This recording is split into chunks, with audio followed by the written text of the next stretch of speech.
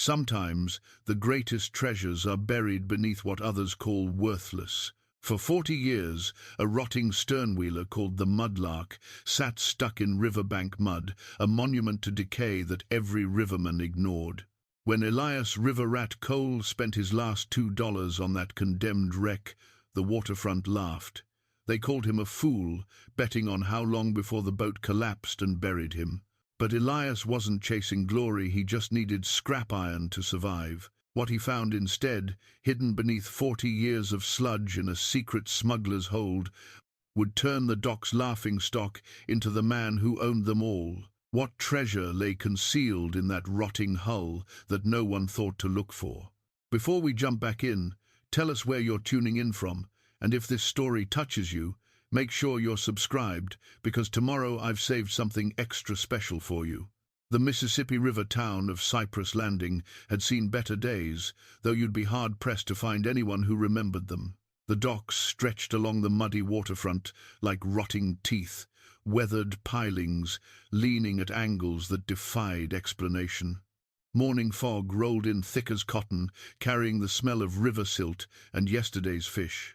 It was the kind of place where ambition came to die, where men grew old watching the same brown water flow past, year after year, carrying dreams downstream to somewhere else. Elias Cole had lived on these docks for 63 years, and for most of that time he'd been invisible. Not the kind of invisible that comes from being unremarkable, though he was that too, but the kind that comes from being so thoroughly a part of the scenery that folks forgot you were human at all. He lived in a tar-paper shack wedged between the old cotton warehouse and the fish-packing shed, a structure so humble it didn't rate a street number. Just River Rat's Place, if anyone bothered to mention it. The nickname had stuck since he was 12. Some boys get called worse things and shake them off, but Elias never minded. River rats were survivors after all. They found a way to make do when everyone else gave up. They lived in the spaces nobody wanted, ate what others threw away, and kept going when circumstances said they shouldn't. His father had worked the steamboats back when the river still mattered, before the railroads choked the life out of the shipping trade. Thomas Cole had been a deckhand on the Belle of Memphis, then the River Queen, then a succession of smaller and shabbier boats as the glory days faded. He died when a cargo winch snapped, taking half the cargo and 3 good men into the brown water. Elias was 14 then, and the shipping company gave his mother $12 for her trouble and told her to clear out of company housing by Sunday. They'd moved into the tar-paper shack that very afternoon. It had been abandoned for years, home to nothing but rats and river spiders, but it had a roof and walls and nobody asking for rent. Elias's mother took in washing and mending, her hands cracked and raw from lye soap, while Elias did whatever work the docks would throw his way, hauling, gutting fish, mucking out the stables where the draft horses waited between shifts. Any honest labor that paid in coins or bread. She'd lasted 8 more years before the cough took her. By then, Elias had learned every trick of survival the riverfront could teach. He knew which shop owners threw out bread that was only a day stale, which fishermen would trade yesterday's catch for help mending nets, which saloon kept a pot of beans going in the back for anyone who'd sweep the floor. He knew how to stretch $1 until it screamed, how to patch boots with scraps of leather and tar, how to make a winter coat last another season with careful stitching and layers of newspaper for insulation. The docks knew him as a man you could hire for odd jobs, the ones nobody else wanted. If you needed someone to climb into a grain hopper and shovel out the mouldy corners, you called River Rat. If a barge needed scraping below the waterline, he'd strap on hip waders and do it for half what anyone else charged.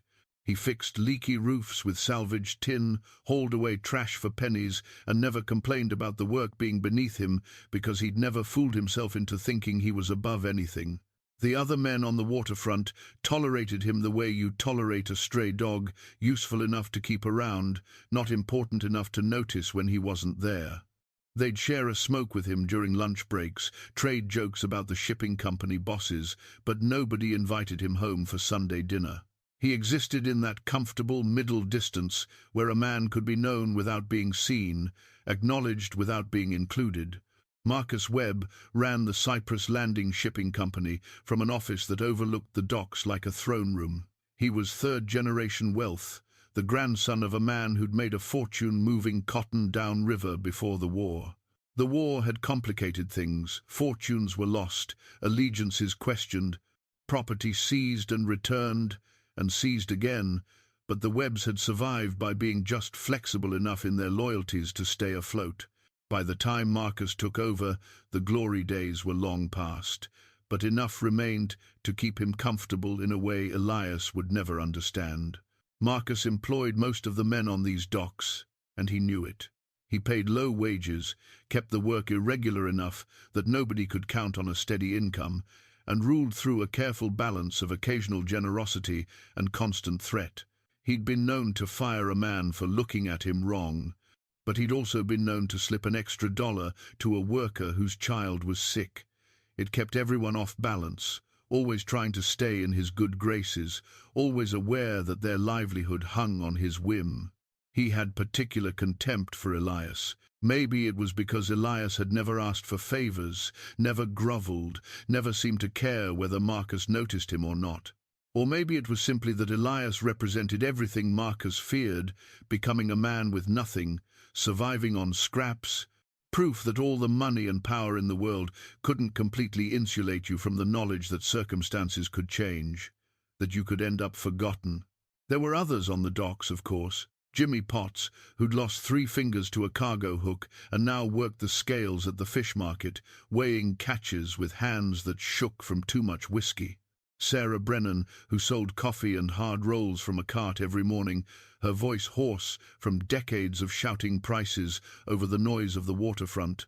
Old Silas, who'd been ancient when Elias was a boy and somehow kept getting older, sitting on the same piling every day, watching the river with eyes that had seen steamboat races and cargo wars and the slow death of a way of life. These were Elias's people, though he'd never presumed to call them friends.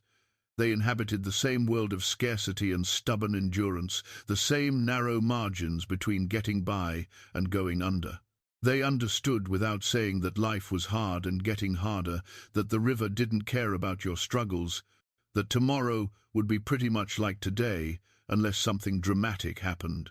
And nothing dramatic ever happened in Cyprus Landing anymore. The Mud-Lark had been part of the scenery for so long that most people under 40 had never seen it any other way. It sat 300 yards downriver from the main docks, driven into the bank by a flood back in 1825. The current had wedged it at an angle, bow pointing downstream, stern shoved deep into the mud. Over the decades, silt had built up around it, turning it into part of the landscape. Willow saplings grew through the deck, their roots cracking the planking. The paddle wheel had long since rotted away, leaving only the iron framework like the skeleton of some ancient beast.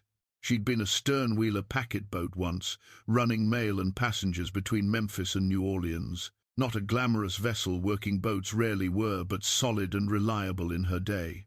The war had complicated her service like it complicated everything. Boats were commandeered, cargo seized, routes disrupted. By the time the shooting stopped, river traffic had changed. Railroads were spreading like iron weeds, offering faster, more reliable service. The old packet routes dried up, and boats like the Mud-Lark became obsolete overnight. Someone had tried to salvage her back in the 1,830 seconds, but the effort failed when they discovered the hull had settled too deep into the mud. The cost of excavation exceeded any potential value, so she stayed, slowly rotting into the landscape, a reminder of a vanished age that fewer people remembered with each passing year. Elias had walked past her 1,000 times, never giving her much thought. She was just there, like the pilings and the warehouses and the smell of the river. Background, wallpaper, the kind of thing your eyes slide over without really seeing, until the auction. Marcus Webb decided to clean up the riverfront one spring, which meant selling off anything he could claim ownership to that wasn't generating revenue. Old equipment, abandoned buildings, parcels of land that were too small or poorly situated to develop. and the Mud-Lark, which technically sat on property his grandfather had acquired during one of the post-war land shuffles. The auction was held on a Tuesday morning in April, the kind of day when the sky couldn't decide between sun and rain, so it delivered both in irregular intervals. A dozen men showed up, mostly out of curiosity. The auctioneer was a thin man from Memphis who looked pained to be handling such modest lots. When he got to the Mud-Lark, he didn't even try to sell it properly. One decommissioned sternwheeler, currently resting 300 yards south of the main dock. Sold as is, where is. Buyer responsible for all removal and cleanup costs. We'll start the bidding at $5. Silence. A few men chuckled. The auctioneer sighed. Any interest at all? $2? More silence. Then, from the back, Marcus Webb's voice, I'll give you $1 just to get it off the books. Laughter rippled through the small crowd. The auctioneer looked relieved. We have $1. Going once. $2. Every head turned. Elias stood near the back, one hand raised slightly, his expression neutral. He'd come to the auction because he'd heard there might be some old tools or equipment going cheap, something he could resell for a small profit. The Mud-Lark hadn't been on his radar at all. But something about Marcus's casual dismissal, the easy assumption that the old boat was worthless, had sparked something in him. Not defiance, exactly. Elias wasn't the defiant type, but a quiet stubbornness, a refusal to let Marcus have the final word on everything. Marcus stared at him, his expression shifting from amusement to irritation. You're bidding on a pile of rotting wood? $2, Elias repeated calmly. The auctioneer sensed potential entertainment. We have $2. Do I hear $3? Marcus could have bid again. $2 meant nothing to him. But there was something about Elias's calm certainty that made him hesitate. If he bid again, he'd look petty, squabbling over pennies with the poorest man on the docks. If he let it go, he could turn it into a joke at Elias's expense. He chose the joke. Sold, the auctioneer announced, to the gentleman in the back for $2. As Elias made his way forward to settle the bill, Marcus called out loud enough for everyone to hear. River Rat just bought himself a tomb. How long you figure before that wreck collapses on him? I'll give it a week. More laughter. Jimmy Potts, emboldened by the crowd. I'll bet 2 weeks. That wood's been rotting for 40 years. It'll take at least that long to finally give up. The jokes continued as Elias paid his $2 every cent he had left after buying flour and coffee earlier that week and accepted the deed. The paper was water-stained and barely legible, but it was legal. The Mud-Lark was his. Walking back to his shack that afternoon, Elias felt the weight of his fellow dockworkers' amusement like a physical thing, but beneath it ran something else, a quiet satisfaction that he now owned something. Not much, granted. A rotting hull that most people considered worthless. But it was his, bought fair and square, and nobody could take it from him. That night, lying in his narrow bed, listening to the river sounds through the thin walls, Elias made his plan. The Mud-Lark might be rotted wood and faded paint, but somewhere in that wreckage was iron. Boilerplate, fittings, maybe even some brass worth salvaging. If he worked carefully, methodically, he could strip out enough metal to sell for scrap. It wouldn't make him rich, but it might earn back his $2 and then some. He fell asleep thinking about iron and brass, about how much weight he could carry in a day, about which scrap dealers might give him a fair price. He had no idea that 40 years of sludge and decay had been protecting something far more valuable than boilerplate, that his $2 purchase would change everything, that the laughingstock of Cyprus Landing was about to become its wealthiest citizen. But that discovery was still ahead. For now, Elias was just a man who'd bought a rotting steamboat because he was too stubborn to let Marcus Webb have the last word, and too poor to waste $2 on anything but the hope of salvaging something useful from the wreckage. Elias began work on the Mud-Lark the next morning, carrying his tools in a canvas sack that had seen better decades, a claw hammer, a pry bar, a folding shovel he'd found in an alley behind the hardware store, wire cutters, a hacksaw, with a blade that still had some teeth left, the tools of a man who'd spent his life making do with whatever he could scavenge. The walk from his shack to the wreck took 10 minutes through marsh grass that soaked his pant legs to the knee. The ground near the riverbank was unstable, sucking at his boots with each step. When he finally reached the Mud-Lark, he stood for a moment, studying what he'd bought. Up close, the decay was even more comprehensive than he'd expected. The railings had collapsed in several places, leaving gaps like missing teeth.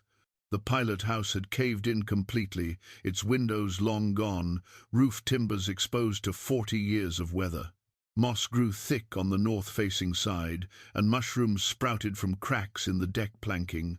The whole structure leaned slightly to port, as if the boat was tired and trying to lie down. But underneath all that rot and ruin, Elias could see the bones of something that had once been solid. The main support beams were oak, thick as a man's torso. The boiler housing was still intact, its iron plates showing rust, but no major breaches. The paddle wheel framework, though skeletal, remained structurally sound. He climbed aboard carefully, testing each step before committing his weight. The deck groaned but held. He made his way toward the stern, where the boiler room would be. That's where the best iron would hide. Heavy plate steel that might still fetch a decent price. The door to the engine deck had rotted off its hinges years ago. Elias stepped through into dimness that smelled of stagnant water and decay. His eyes adjusted slowly. Sludge covered the floor ankle-deep, 40 years of accumulated river mud that had seeped in through cracks and gaps. The boiler itself was a massive cylinder of riveted iron, streaked with rust but still imposing. Elias spent the first hour just clearing debris, tossing rotted beams and collapsed shelving through the missing door. The work was hard, but familiar, the kind of labor his body knew how to do without thinking. Sweat soaked his shirt despite the cool morning air. His hands found their rhythm: lift, twist, throw. Lift, twist, throw. Around mid-morning, Jimmy Potts appeared at the gap where the door had been, arms crossed, grinning. "How's the tomb construction going, River Rat?" Elias didn't look up from his work. "Progressing. Marcus is taking bets on how long before you give up. Smart money says 3 days. Marcus can spend his money however he likes." Jimmy laughed. "You're a stubborn old fool, you know that? There's nothing in there worth the effort." "Maybe," Elias said, "but it's my effort to waste." Jimmy shook his head and left. Elias heard him laughing as he walked away, the sound fading into the general noise of the waterfront. By afternoon, Elias had cleared most of the loose debris. What remained was the sludge itself, thick and foul-smelling, covering everything below knee-height. He'd need to shovel it out, bucket by bucket, before he could properly assess what iron was worth salvaging. He started in the corner nearest the boiler, where the floor should be most solid. The shovel bit into the sludge with a wet sound, releasing odors of rot and stagnant water. He lifted, turned, dumped the muck through the open doorway. Again. The work was mind-numbing, but Elias didn't mind. He'd done worse for less money. 3 hours into the shoveling, his blade hit something that didn't feel like mud or rotted wood. Something solid, metallic. He cleared the sludge away more carefully, using his hands when the shovel proved too crude. What emerged was a section of floor plate, iron instead of the wooden planking he'd expected. That was odd. Engine room floors were typically wood, easier to replace, less expensive, lighter weight. He traced the edges of the plate with his fingers, feeling for seams. It was roughly 4 feet square, set flush with the surrounding wooden floor, no visible bolts or rivets. He cleared more sludge, widening his search, and found the edges all around. Elias sat back on his heels, frowning. An iron plate this size, hidden under the engine room floor, didn't make sense, unless someone had reinforced this section for some reason. Maybe the original planking had rotted out and been replaced. He wedged his pry bar into the seam and levered upward. Nothing. He repositioned, tried again. Still nothing. The plate was either rusted shut or secured from below. He spent the next hour working the pry bar around all 4 edges, trying to find a weak point. His shoulders burned from the effort. Sweat dripped into his eyes, but gradually he felt something give. A tiny shift, barely perceptible.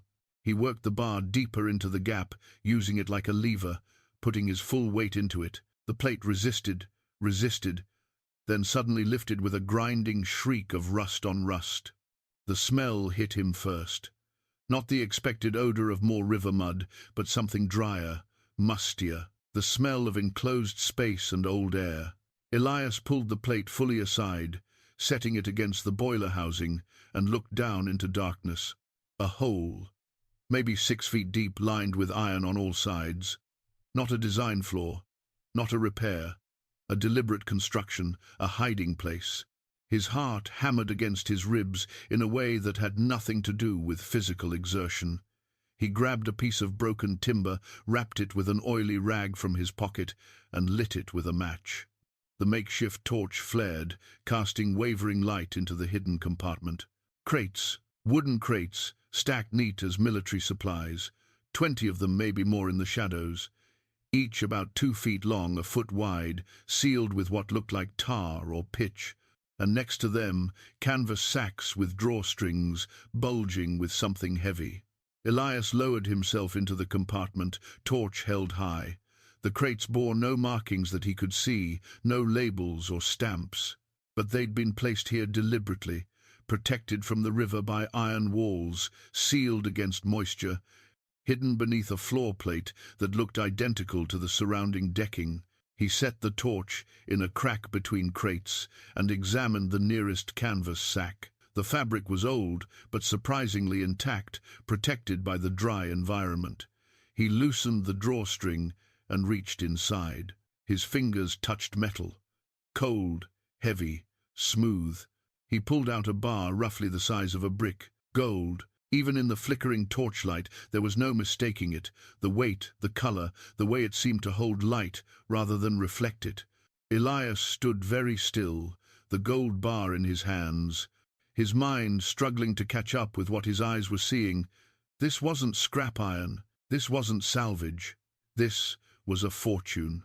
He set the bar carefully on top of a crate and examined the nearest one. The tar seal cracked when he pried at it with his knife, brittle after decades of aging.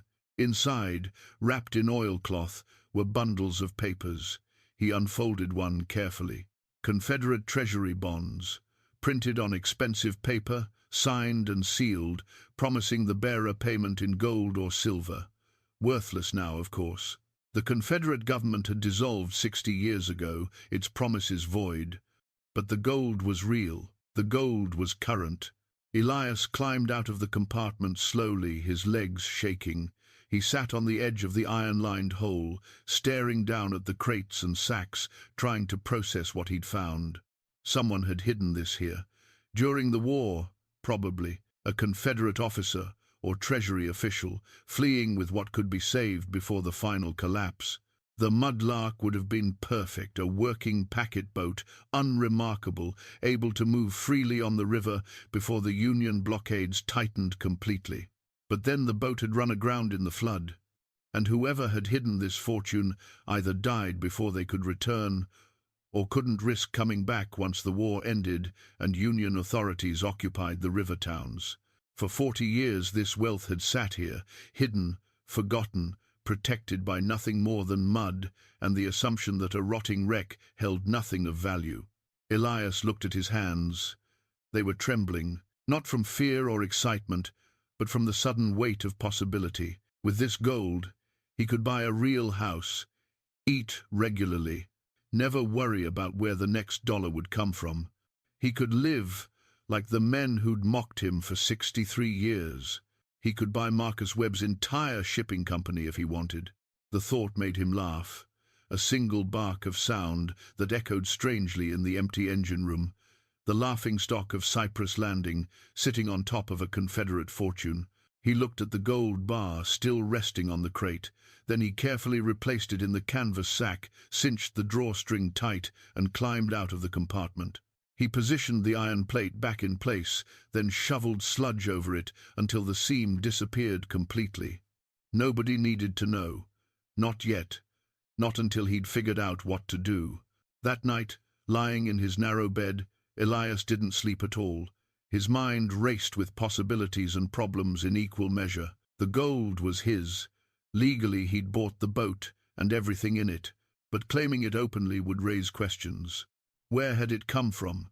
Why had it been hidden? Would the government try to seize it as Confederate property? He needed to be careful, smart, patient. The irony didn't escape him. He'd spent his entire life being careful, smart, and patient just to survive. Now he'd need those same skills to figure out how to be rich. For 3 days, Elias continued his salvage work on the Mud-Lark as if nothing had changed.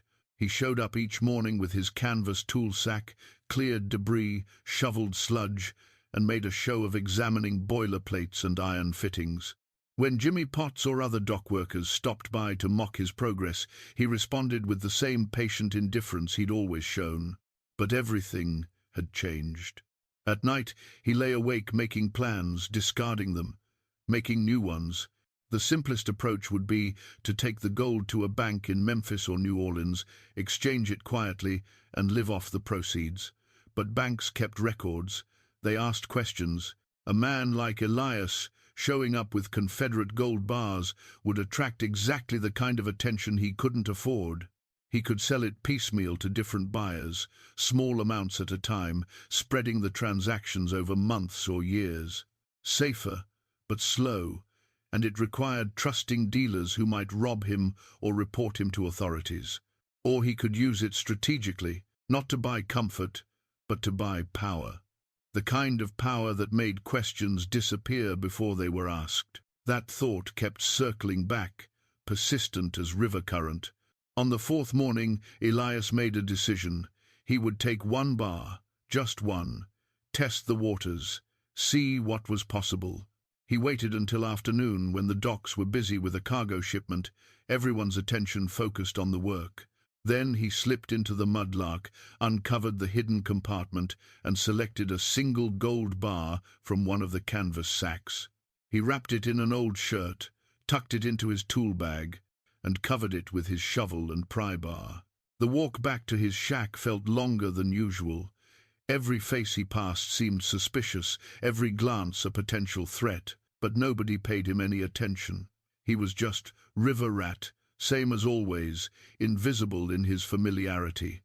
In his shack, he unwrapped the bar and set it on the small table that served as his desk, dining surface, and workspace. In the dim light filtering through his single grimy window, the gold seemed almost alive, holding a warmth that the cold iron and wood around it lacked. He'd seen gold before, of course. Wedding rings, watch chains, the occasional coin in the collection plate at the church he'd attended with his mother. But never anything like this. This was wealth in its purest form, condensed and undeniable. The next decision was where to take it. Memphis had larger banks, more anonymity, but it also meant a day's travel each way, and someone might notice his absence. Cypress Landing had one bank, the First River Trust, run by a man named Harrison Ames, who'd been friendly with Marcus Webb for 30 years. There was another option, though. Virgil Deacon ran a jewelry and watch repair shop 2 streets back from the waterfront. He bought gold and silver for his repair work, melted down old pieces, traded in precious metals as a side business.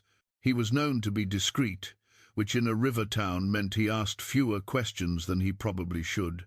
Elias wrapped the bar back in the shirt, put it in a burlap sack with some potatoes he'd bought the day before, and walked to Deacon's shop just before closing time. The shop was narrow, wedged between a cobbler and a tobacco merchant. A bell chimed when Elias pushed open the door. Inside smelled of metal polish and oil. Glass cases displayed watches, rings, brooches, all arranged with careful precision. Virgil Deacon looked up from his workbench. He was a thin man in his 50s, wearing spectacles that magnified his eyes into something owlish. "Help you with something?" "Need to sell some gold," Elias said simply. Deacon's expression didn't change, but something sharpened in his gaze. "What kind of gold?" Elias set the burlap sack on the counter, pushed aside the potatoes, and unwrapped the bar. For a long moment, Deacon just stared. Then he stood, came around the counter, and examined the bar under his jeweler's loupe. He tested the weight, scratched it lightly with a tool Elias didn't recognize, held it up to the light. "Where'd you get this?" His voice was carefully neutral. "Does it matter?" "It might. Depends on whether you stole it." "Bought it legal," Elias said, which was true in a sense. He'd bought the boat. Everything in the boat came with the purchase. Deacon studied him for another long moment. Then he set the bar on a scale, recorded the weight, and did some calculations on a piece of paper. "I can give you $300, cash, today." Elias felt his breath catch. $300, more money than he'd earned in the last 5 years combined. Enough to live comfortably for a year, maybe longer if he was careful. But he knew gold, knew what it traded for. This bar was worth at least 400, probably closer to 500 at current market rates. Deacon was offering him 60% of value, counting on Elias being desperate or ignorant or both. "450, Elias said calmly. Deacon's eyebrows rose. "You know the market?" "I know when I'm being shorted." A pause. Then Deacon smiled slightly, an expression that held something like respect. 400. Final offer. "And I never saw you, never saw this bar, never had this conversation." Elias considered 400 was fair, considering Deacon's discretion and his risk. "Agreed." Deacon went to his safe, counted out the money carefully. $20 bills, all of them. He wrapped them in brown paper, tied the bundle with string, and handed it across the counter. "You come across more," he said quietly. "I can handle larger transactions, but not here, and not all at once." Elias nodded, pocketed the money, and left. Walking back to his shack, he felt the weight of the bills against his chest like a heartbeat. $400, a fortune to him, pocket change compared to what still sat hidden in the Mud-Lark. That night, he made his first real purchase in years. He went to the general store and bought a proper lock for his door, heavy iron, with a key that felt substantial in his hand. Then he bought real coffee, not the chicory mix substitute he usually drank. A pound of bacon, fresh eggs, a loaf of bread that had been baked that morning. The store owner, Mrs. Chen, looked at him with surprise. "You having a celebration, Elias?" "Just felt like eating well for once," he said. She wrapped his purchases without comment, but he saw her exchange a glance with her husband. The kind of glance that said something had changed, something was different, even if they couldn't quite place what. Word would spread. River Rat was spending money. Not much, just enough to be noticed. And in a town like Cypress Landing, any deviation from routine created ripples. Elias took his purchases home, installed the new lock, and cooked himself a breakfast for dinner that made his small shack smell like places he'd only walked past before, warm, abundant, secure. As he ate, he thought about his next moves. The gold gave him options he'd never had, but options came with risks. Every dollar he spent was a signal, a change in the pattern that people might notice. And people who noticed might ask questions. Marcus Webb especially would notice. Marcus paid attention to the docks and everyone on them with the focus of a man who believed knowledge was control. If River Rat suddenly had money, Marcus would want to know why. Elias needed a story, something plausible, something that would explain a modest improvement in his circumstances without revealing the truth.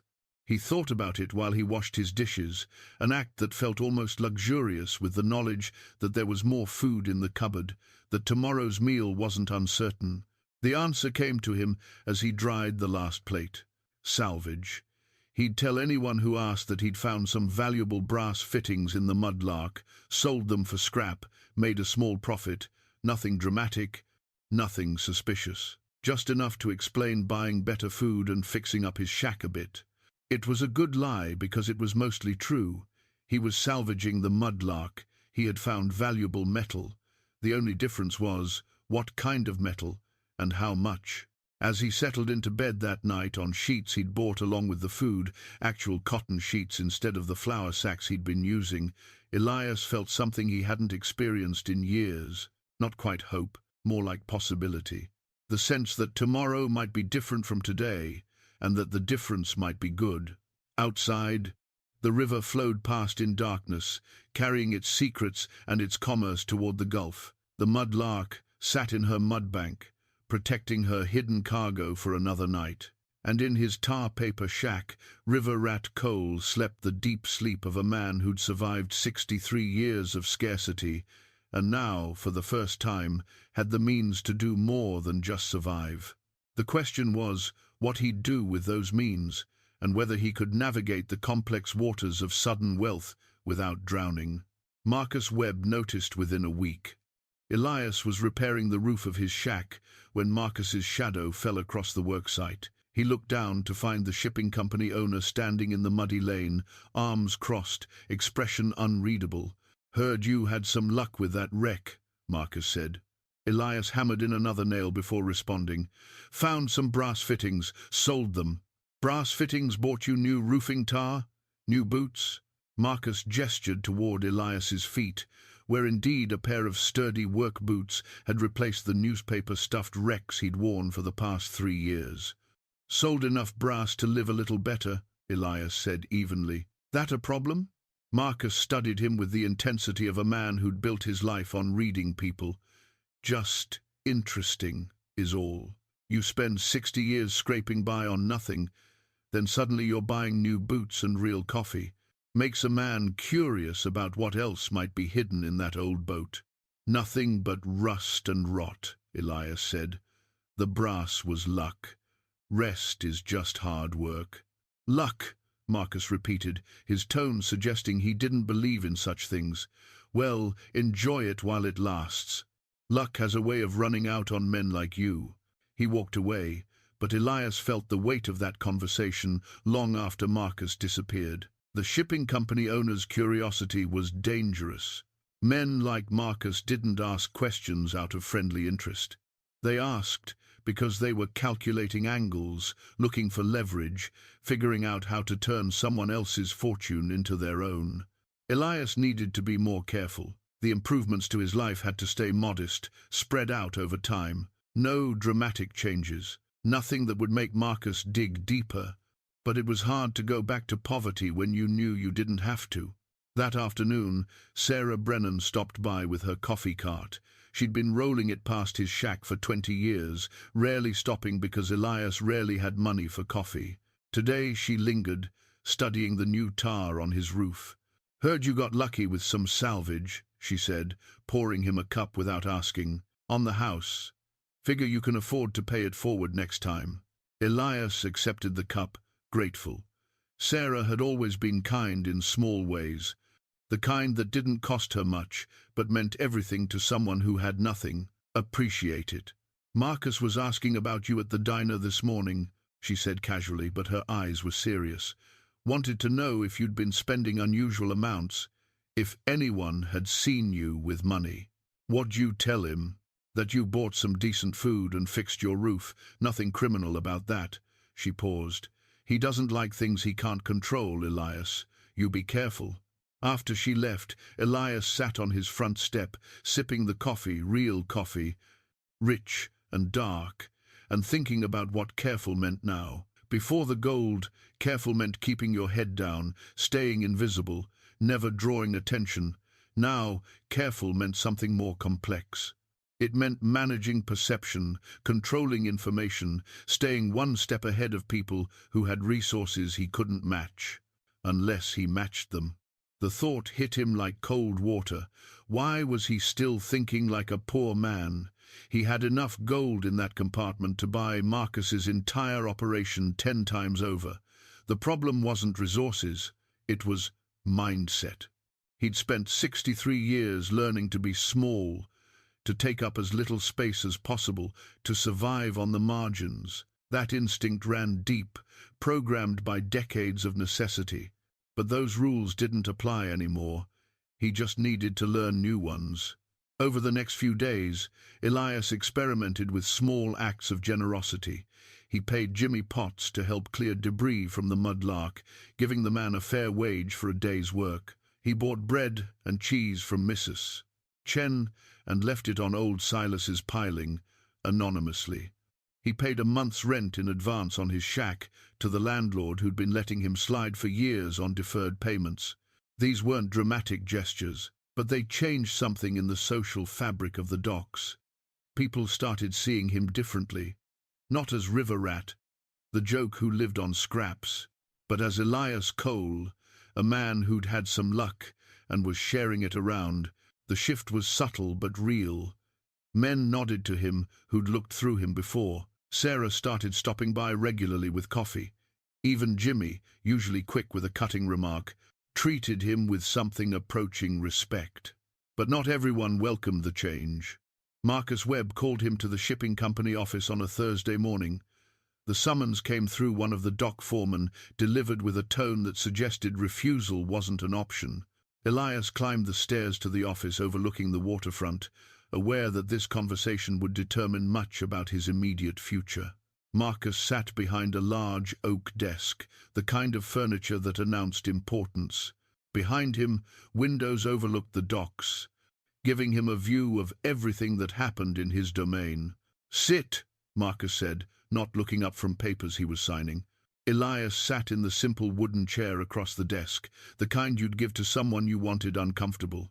Marcus finished his paperwork, set down his pen, and finally looked up. "I've been thinking about your salvage operation. Have you? That wreck sits on property I own, which means anything you pull out of it technically belongs to me." Elias felt his pulse quicken, but kept his voice level. "I bought the boat at legal auction. Bill of sale says everything on and in the vessel comes with the purchase. Bills of sale can be challenged, especially when the buyer didn't have full information about what he was purchasing." Marcus leaned back in his chair. "How much brass did you really find, Elias?" "Enough to fix my roof, and buy new boots, and start paying people for work, and suddenly have cash for food that isn't day-old bread." Marcus's eyes were hard. "Something in that wreck is worth more than scrap brass, and I want to know what it is." This was the moment. Elias could feel it. How he responded would shape everything that followed. If he showed weakness, Marcus would press harder. If he showed too much strength, Marcus would become an enemy instead of just a problem. "You're right," Elias said quietly. "I found more than brass." Marcus leaned forward, interest sharp in his eyes. "What?" "I found pride." Elias held Marcus's gaze. 60 years I've lived on these docks, invisible, doing the jobs nobody wanted, taking the scraps nobody needed. You paid me half what you paid other men for the same work, and I took it because I had no choice. But I bought that boat legal, found legal salvage inside, and for the first time in my life, I don't have to bow and scrape for every penny. Pride doesn't pay for new boots, Marcus said. The brass did, and some iron fittings, and careful living. Elias stood slowly. I know you're used to controlling everything on these docks, every dollar, every opportunity. But that boat is mine. What I find in it is mine. And unless you want to challenge a legal sale in court, which would cost you more in legal fees than whatever you think I found, I'd suggest you let this go. The silence stretched between them like a drawn blade. Marcus's jaw tightened, his hands flat on the desk. Elias could see him calculating, weighing options, deciding whether this particular battle was worth fighting. Finally Marcus spoke, his voice cold. Get out of my office. Elias left, walking down the stairs with steady steps, even though his heart hammered. He'd just made an enemy of the most powerful man on the waterfront. But he'd also drawn a line that said he wouldn't be pushed around anymore. The question now was whether Marcus would respect that line or try to cross it. That night, Elias sat in his shack, with the door locked and the new lantern he'd bought casting steady light. He counted the money he had left from the first gold bar, still over $300, carefully hidden in a tin box under his floorboards. The confrontation with Marcus had clarified something. Hiding the gold forever wasn't an option. Eventually someone would figure it out, or he'd make a mistake, or circumstances would force his hand. He needed a plan that didn't rely on secrecy alone. He needed to become untouchable, Not through hiding, but through power. And that meant taking risks he'd spent his whole life avoiding. Elias returned to Virgil Deacon's shop a week later, this time with 2 gold bars wrapped in a flour sack. He timed his arrival for late afternoon, when the street would be less busy, when shadows gave him cover he wouldn't have in full daylight. The bell chimed. Deacon looked up from his workbench, saw Elias, and immediately put down his tools. He walked to the door, turned the open sign to closed, and pulled down the shade. 2 more? He asked quietly. Elias set the sack on the counter and unwrapped the bars. Deacon examined them with the same careful attention he'd shown the first one. Then he did his calculations, went to the safe, and counted out $800 in mixed bills. "This is getting to be substantial money," he said. "You understand what that means? Means I can buy things I need. Means people will notice. Means questions." Deacon pushed the money across the counter. "I can handle more transactions, but not like this. You walk in here every week with gold bars. Eventually someone's going to wonder where River Rat Cole is getting Confederate bullion. What do you suggest?" Deacon thought for a moment. "You need a story. A legitimate front, something that explains income without raising eyebrows." He paused. "You know anything about real estate?" Elias frowned. "Never owned anything worth calling property." "Exactly. Which means nobody would question if you started small. Buy a parcel of cheap land, sit on it, sell it for a modest profit, do it again. Each transaction is legal, documented, creates a paper trail of legitimate business. Meanwhile, you come see me every month or so, sell me some gold, and deposit the proceeds as profits from your real estate ventures." It was clever. Elias could see the logic. "Where do I start?" "County land auction next Tuesday. They're selling off tax-delinquent properties. You could pick up parcels for almost nothing, hold them a few months, sell to developers or farmers looking to expand." Deacon pulled out a newspaper, folded to the legal notices. "This parcel here, 30 acres outside town. Back taxes owed are $60. It'll probably sell for 70, maybe 80 at auction. You hold it 6 months, sell it for 120. Small profit. But it establishes you as someone who dabbles in land deals." Elias studied the listing. 30 acres of riverside property deemed undesirable due to seasonal flooding, which meant nobody wanted it, which meant he could probably get it cheap. "You think this would work?" "I think it gives you cover for having money, and in a year or 2, if you play it right, you could be known as a shrewd land investor instead of a lucky salvage operator. Much safer position." Elias left the shop with $800 and a newspaper folded to the real estate section. Walking back through the evening streets, he felt the weight of transformation. 2 months ago, he'd been invisible. Now he was creating a new identity, building a facade of legitimacy around wealth that had fallen into his lap by pure chance. The irony struck him as he passed the old church where he'd attended services with his mother. She'd believed in providence, in things happening for reasons beyond human understanding. If she could see him now, walking around with $1,000 in his pocket and plans to buy land, would she think it was providence?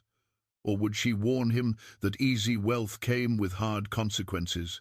He stopped at the church steps, looking up at the modest steeple. He hadn't been inside in 40 years, not since her funeral. Religion had felt like another luxury he couldn't afford, another promise that never delivered.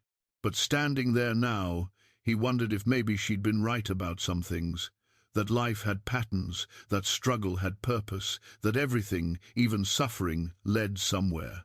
Elias Cole, "As I live and breathe." He turned to find Father Sullivan standing in the doorway, older than Elias remembered, white-haired and stooped, but still wearing the same gentle expression he'd had when Elias's mother was alive. "Father," Elias nodded.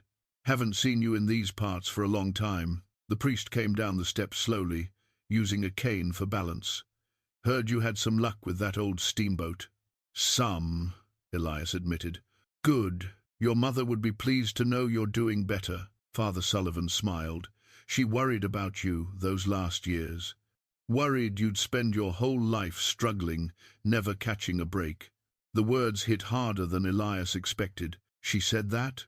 Many times. She had faith, though. Believed things would turn around for you eventually. The priest studied him with eyes that had seen 6 decades of human nature. She'd want you to use whatever fortune comes your way wisely, not just for yourself. Elias felt something tighten in his chest. I'm not a charity case anymore, Father. Don't need to be told how to spend my money. Didn't say you were, or that you did. Father Sullivan's voice remained gentle, just reminding you of what your mother believed, that we're all part of something larger than ourselves, that good fortune carries responsibility. After the priest went back inside, Elias stood on the steps a while longer, thinking about responsibility and providence and the various ways a man could lose himself, even when he found wealth. The land auction was held in the courthouse on Tuesday. Elias arrived early, wearing the best clothes he owned, still shabby by most standards, but clean and mended. About 20 people filled the auction room, mostly farmers and businessmen looking for cheap parcels they could develop or farm. Marcus Webb was there, sitting in the front row. Elias felt his stomach tighten, but kept his expression neutral. He took a seat in the back, the folded newspaper in his pocket marking the properties he'd researched. The auctioneer worked through the lots quickly. Small parcels went for pittances, larger ones drew competitive bidding. When they reached the 30-acre riverside property, the auctioneer's voice carried a note of apology. 30 acres, riverside access, prone to seasonal flooding. Minimum bid of $70 to cover back taxes and fees. $70, someone called from the middle of the room. 80, Elias said clearly. Heads turned. Marcus Webb's head turned. A pause. Then the original bidder, 90. 100. Elias counted. The room went quiet. $100 for flood-prone property was ambitious. The other bidder shook his head and sat down. Going once, the auctioneer said. Going twice. Sold to the gentleman in the back for $100. Elias paid in cash at the clerk's window, accepted the deed, and left quickly. But not before Marcus caught up with him on the courthouse steps. Buying land now? Marcus's tone was light, but his eyes were calculating. That's quite a step up from salvaging brass. Seemed like a good investment, Elias said. Flood-prone riverside property? Most people would call that throwing money away. Most people aren't looking at the same angles I am. Elias met his gaze steadily. Land is land. Even if it floods, it's still there when the water recedes. Marcus studied him for a long moment. You've changed, River Rat. Got some backbone all of a sudden.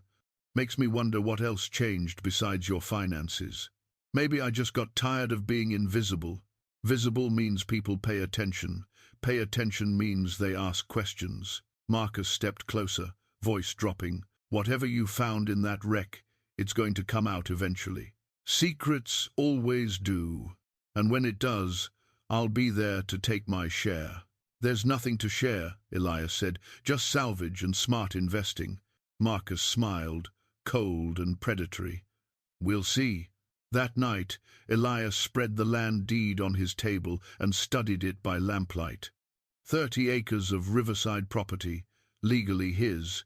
It wasn't much compared to what men like Marcus owned, but it was more than he'd ever imagined having. More importantly, it was cover. A legitimate reason for having money to invest. A foundation on which he could build a new identity, not as River Rat Cole, the dock scavenger, but as Elias Cole, land investor and businessman. The transformation would take time, patience, the same qualities that had kept him alive for 63 years. But now, those qualities would serve a different purpose. Not just survival, but elevation. Not just getting by, but getting ahead. He folded the deed carefully and locked it in the tin box with his remaining cash. Outside, the river flowed past in darkness, indifferent to the small dramas playing out along its banks. The Mud-Lark sat in her mudbank, still hiding her secrets, still protecting the fortune that was slowly transforming a man who'd spent his whole life being overlooked. The question wasn't whether he could keep the secret, It was whether he could become powerful enough that the secret wouldn't matter anymore. Over the next 3 months, Elias bought and sold 4 more parcels of land. Nothing dramatic, small transactions that established him as someone who understood property values and wasn't afraid to take calculated risks. The profits were modest but documented, creating exactly the paper trail Virgil Deacon had suggested. Meanwhile, he continued selling gold bars at careful intervals, spacing the transactions far enough apart to avoid suspicion. By autumn, he had nearly $3,000 in various accounts and hiding places, with most of the gold still untouched in the Mud-Lark's hidden compartment. The change in his circumstances brought unexpected complications. Sarah Brennan started stopping by his shack more frequently, bringing coffee and conversation. At first, Elias thought she was just being friendly, the way she'd always been in small ways. But gradually he realized there was something else in her visits, a tentative hope, a careful testing of possibilities. One evening, she lingered after bringing him dinner from her cart, watching while he ate the stew she'd made. "You ever think about settling down?" she asked casually. "Having something more than just work and sleep?" Elias looked at her, really looked, maybe for the first time. She was close to his age, weathered by the same hard years that had marked him. But there was a warmth in her eyes, a kindness that had survived decades of river town hardship. "Never seemed practical," he said honestly. "Hard to settle when you're barely surviving. And now that you're not barely surviving..." The question hung between them. Elias understood what she was asking, what she was offering: companionship, partnership. The kind of human connection he'd done without for so long he'd almost forgotten it was possible. "Sarah," he said gently, "you're a good woman, kind, but I'm not the man you think I am. You're a man who got lucky and is trying to do right with it. That's more than most can claim. It's more complicated than that." He wanted to tell her about the gold, about the web of half-truths he was building, about the constant fear of discovery. But those were burdens he couldn't share. "I've got things I'm dealing with. Things that wouldn't be fair to bring into someone else's life." She studied him for a long moment, then nodded slowly. "Well, the offer stands. If you ever decide you want more than just money in your life, you know where to find me." After she left, Elias sat in the deepening darkness, thinking about roads not taken and the various ways wealth could isolate a man, even as it opened doors. He'd spent 60 years alone because he had no choice. Now he was choosing it because the alternative, bringing someone into the complicated mess his life had become, seemed cruel.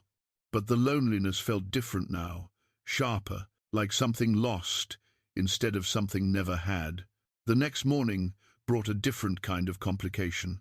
Jimmy Potts showed up at the Mud-Lark while Elias was doing his regular maintenance, keeping up the appearance of salvage work, even though he'd long since removed everything of conventional value. "Got a proposition for you," Jimmy said, settling onto a beam with the ease of long familiarity. "This land dealing you're doing. Think you could teach me?" Elias looked up from the iron fitting he'd been pretending to examine. "Why?" "Because I'm 54 years old, and my hands don't work like they used to." Jimmy held up his damaged hand, the missing fingers a permanent reminder of the dock's dangers. "Can't do heavy labor much longer. Figure if I'm going to survive the next 20 years, I need to learn how to make money with my head instead of my back." It was the most honest Jimmy had ever been with him. Elias set down the fitting, considering Jimmy wasn't a bad man, just a hard one, shaped by the same scarcity that had shaped them all.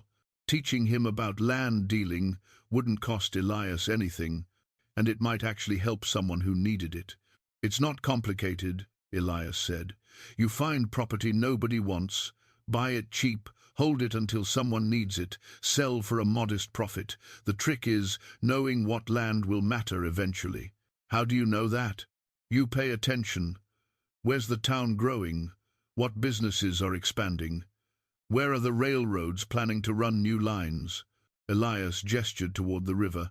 "This property I bought, the flood-prone 30 acres, I'm betting the town will eventually need it for a new dock facility. They'll have to solve the flooding problem, but once they do, that land becomes valuable. Jimmy nodded slowly, absorbing this. You'd help me, even after all the times I gave you grief? You weren't wrong to give me grief. I was river rat, living on scraps. Nothing wrong with calling what you see. Elias paused. But things change. People change. No reason we can't both benefit from that. Over the following weeks, Elias taught Jimmy what he'd learned about land investment.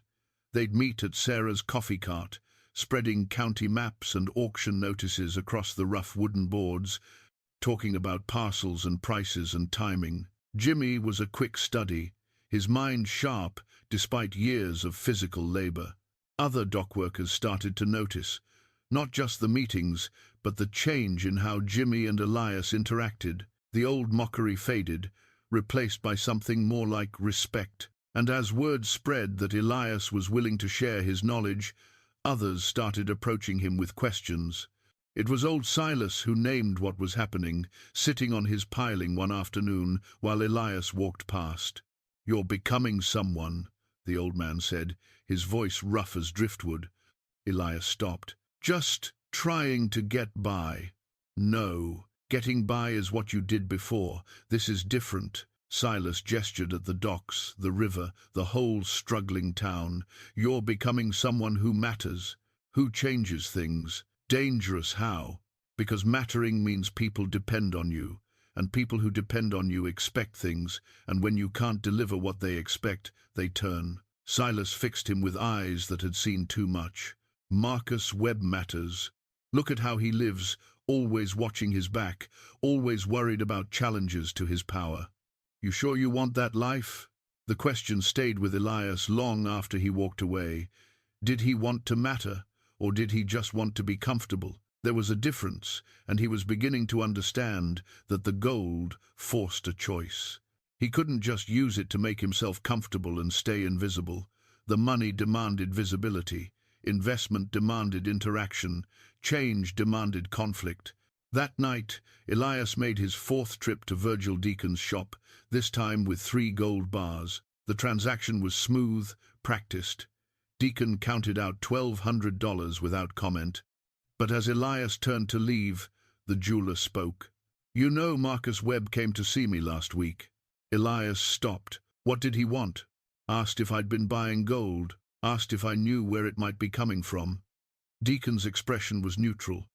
"I told him I deal in estate jewelry and scrap, nothing unusual. But he's fishing, Elias. And he's not stupid. What do you think he knows?" "I think he knows you have money from somewhere. I think he knows it's more than land dealing should generate this quickly. And I think he's trying to figure out how to get a piece of it." Deacon paused. "You might want to consider making him an ally instead of an enemy. By giving him gold, that's legally mine. By giving him a stake in something that keeps him from destroying you to get everything." Deacon's voice was quiet but firm. "Pride is expensive, Elias. Sometimes the smart play is to share profits with someone who could otherwise take them all." Walking home, Elias thought about alliance and compromise and the various ways a man could lose what he'd found. Marcus Webb represented power built on decades of accumulation and connection. Elias represented sudden wealth with no infrastructure to protect it. In a straight fight, Marcus would win. He had lawyers, connections, the kind of social capital that could destroy a man's reputation before he even knew he was under attack. But Elias had something Marcus didn't: the source. As long as the gold remained hidden, as long as he controlled access to the Mud-Lark, he held the ultimate leverage. The question was whether to use that leverage for defense or offense. That night, he sat at his table with maps and auction notices and bank statements, plotting his next moves. The naive plan of hiding forever was dead. The practical plan of gradual wealth building was too slow and too vulnerable to Marcus's interference. He needed a third option, something bold enough to establish him as untouchable, but not so reckless that it exposed the source of his wealth. He needed to stop thinking like someone who'd always been poor, and start thinking like someone who could afford to take real risks? The answer came to him near midnight, so simple and audacious he almost laughed. He'd buy the shipping company, not aggressively, not obviously, but piece by piece, investment by investment, until he owned enough to matter, until Marcus had to treat him as an equal, not a threat to be crushed. It would take most of the gold. It would take time. It would take nerves he wasn't sure he had. But it would work, and when it was done, River Rat Cole would own the empire that had once employed him for scraps. Elias's plan to acquire the shipping company started with research. He spent 3 weeks in the county records office, tracing ownership structures, identifying debts, mapping Marcus Webb's financial empire. What he found surprised him. The Cyprus Landing Shipping Company looked prosperous from the outside, but the books told a different story. Marcus had extended himself badly, borrowing against future revenues to expand operations that weren't generating the returns he'd promised investors. The company was leveraged to the point of fragility, held together by Marcus's reputation and the assumption that river commerce would eventually recover. But river commerce was dying. The railroads had won. Everyone knew it except men like Marcus, who couldn't imagine a world where rivers didn't matter. Elias could see the vulnerability. A few strategic investments, buying up debt, purchasing competitor operations, acquiring property Marcus needed, could give him leverage without directly confronting Marcus's authority. He started small, a warehouse lease that was coming up for renewal. Marcus needed that warehouse for cotton storage, but the owner was elderly and tired of negotiating. Elias offered to buy the property outright for a fair price. The owner accepted. When the lease renewal came up, Elias offered Marcus the same terms the previous owner had given him. Nothing aggressive, nothing hostile, just a business transaction. Marcus paid, but Elias saw the recognition in his eyes. The game had changed. Over the next month, Elias acquired 2 more properties Marcus depended on, bought shares in a competing freight company, and extended a loan to a supplier who'd been threatening to cut off Marcus's credit. Each move was legal, documented, and individually insignificant, but together they represented a pattern. Someone was building a position around Marcus's empire, and that someone was the man Marcus had once called River Rat. The confrontation came on a grey November morning. Elias was at his shack when Marcus's carriage pulled up, unusual enough that neighbors stopped what they were doing to watch. Marcus climbed out, walked directly to Elias's door, and knocked hard enough to rattle the frame. Elias opened it. "We need to talk," Marcus said, "not a request." "Come in." Marcus stepped inside, his eyes sweeping the modest interior with barely concealed disdain. But he didn't comment on the poverty. Instead, he pulled out a folder and dropped it on the table. "You've been busy," he said.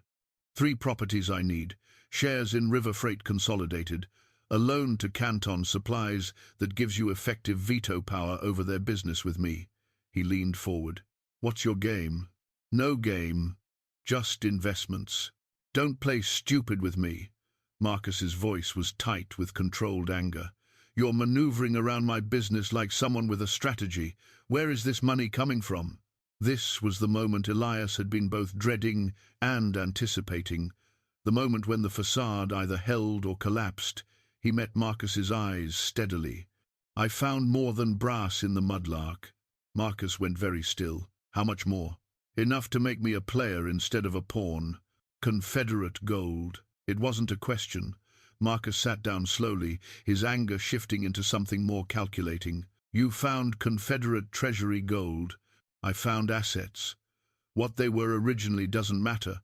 What matters is what I can do with them now." Marcus was quiet for a long time, his mind visibly working through implications. Then he laughed, a sound without humor. "You magnificent bastard. You bought a wreck for $2 and found enough gold to buy my company out from under me. I'm not trying to buy your company. I'm trying to be your partner." The word hung between them. Marcus frowned. "Partner? Your shipping operation is failing," Elias said bluntly. Not because you're incompetent, but because the market is changing and you're too invested in the old ways to adapt.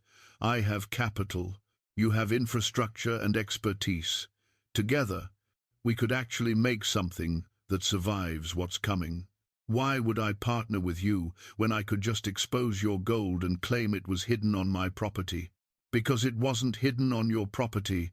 It was hidden in a vessel I purchased legally.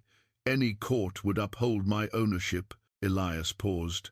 But more than that, because you're too smart to start a legal fight that would tie up everything for years while your company bleeds money you don't have. Marcus stared at him, and Elias could see the gears turning, pride warring with pragmatism. The desire to crush this upstart, fighting against the recognition that crushing him might destroy them both. What are you proposing? Elias pulled out papers he'd had prepared by a lawyer in Memphis, someone with no connection to Cyprus Landing. A partnership. I invest capital to modernize operations, expand into rail freight coordination, shore up your debt position. In return, I get 40% ownership and a seat on the decision-making board. 40%? You want nearly half my company? I want 40% of a company that survives the next decade. Right now, you own 100% of a company that might not make it another 3 years. Elias pushed the papers across the table. Think about it. Talk to your accountant. Look at your numbers honestly. Then decide whether pride or survival matters more. Marcus took the papers, but didn't look at them. Instead, he studied Elias with an expression that mixed resentment and grudging respect. You really did change, didn't you? River Rat the survivor became Elias Cole the shark. I became someone who refuses to be invisible anymore. You know what happens to people who rise too fast. They make enemies, powerful enemies who know how to tear down what took you months to build.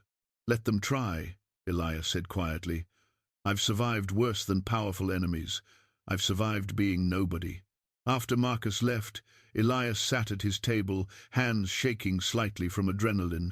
He'd just gambled everything on Marcus's pragmatism, winning over his pride. If Marcus chose to fight instead of negotiate, the next months would be brutal. But Elias had meant what he said. He'd survived worse than this, and he had resources Marcus couldn't match. 3 days later, Marcus sent word requesting a meeting, not at his office, but at a neutral location, the River House restaurant, where businessmen closed deals over whiskey and cigars. Elias arrived first, wearing a new suit he'd bought in Memphis. Nothing flashy, but well-made and properly fitted. The kind of suit that said he belonged in rooms where deals were made. Marcus arrived 15 minutes later with 2 other men, his lawyer and his accountant. They sat, ordered drinks, and got straight to business. I had my people review your proposal, Marcus said, and my own financial situation. You're right about the market changes, right about my leverage problems, right that I need capital I don't currently have. He paused. But 40% is too much. I'll give you 30% for a $200,000 investment. Elias shook his head. 40% for $150,000. You need my money less than you need my restraint. Those properties I bought, that freight company stock, the supplier loan, all of that goes away as part of the partnership deal. I bring those assets into the company as additional investment, and I want real authority, not just a token seat. The negotiation lasted 2 hours. They argued over percentages, control mechanisms, decision-making authority, and profit distribution. Elias held firm on the points that mattered, gave ground on details that didn't. Finally, as evening shadows lengthened across the river, they reached agreement. 40% ownership, proportional control. Elias would serve as vice president of operations, with authority over modernization and expansion efforts. They shook hands across the table, and Elias felt the shift happen in real time. He was no longer River Rat Cole, the dock scavenger. He was Elias Cole, part owner of the Cyprus Landing Shipping Company. That night, walking back to his shack, which he realized he'd need to leave soon for something more appropriate to his new position, Elias thought about transformation. How quickly a man could change from invisible to visible, from powerless to powerful, from forgotten to formidable. But he also thought about Father Sullivan's words, about responsibility, about being part of something larger than himself. The gold had given him opportunity, but opportunity without purpose was just wealth, and wealth without meaning was just numbers. He stopped at the Mud-Lark on his way home, standing in the darkness, looking at the wreck that had changed everything. Somewhere inside, in a hidden compartment he discovered by accident, there was still gold. Enough gold to last lifetimes, to buy empires, to reshape everything he touched. But the gold wasn't the real treasure anymore. The real treasure was the possibility it represented, the chance to matter, to change things, to become someone who left the world different than he found it. He thought about Sarah's quiet kindness, Jimmy's determination to learn, old Silas's warning about the weight of mattering, all the people on these docks who'd survived alongside him, who were still struggling while he'd found a way out. A plan formed in his mind, not the careful defensive plan of the past months. Something bigger, something that would use his wealth not just to enrich himself, but to lift others along the way. It was risky. It exposed him to criticism and resentment. It would make his life more complicated, not less. But maybe that was the point. Maybe real wealth wasn't about having more, it was about doing more. Tomorrow, he'd start implementing his partnership with Marcus. They'd begin modernizing the company, expanding operations, securing the future. But alongside that, he'd start something else, a workers' cooperative, a fund to help dock workers buy property, training programs for men like Jimmy whose bodies were wearing out. The gold would buy more than his own comfort. It would buy dignity for people who'd never had enough. And if that meant some of the gold went to purposes beyond his own enrichment, well, maybe his mother had been right about providence after all. Maybe fortunes came with responsibilities. And maybe the real test wasn't whether you could get rich, but what you did once you had the means to change things. The Mud-Lark creaked in the night breeze, her old timbers settling into the mud. She'd kept her secrets for 40 years. Now those secrets would reshape everything, not through hiding, but through the careful, deliberate use of wealth to transform lives beyond just his own. Tomorrow, a new chapter would begin, not just for Elias Cole, but for everyone whose life intersected with his newfound fortune. The partnership announcement hit Cyprus Landing like a stone dropped in still water, ripples spreading in every direction. Within hours, the entire waterfront knew that River Rat Cole was now part owner of the shipping company. By evening, speculation had turned into a dozen different theories about where his money had come from. Most people assumed he'd found more than brass in the Mud-Lark, but the guesses ranged wildly.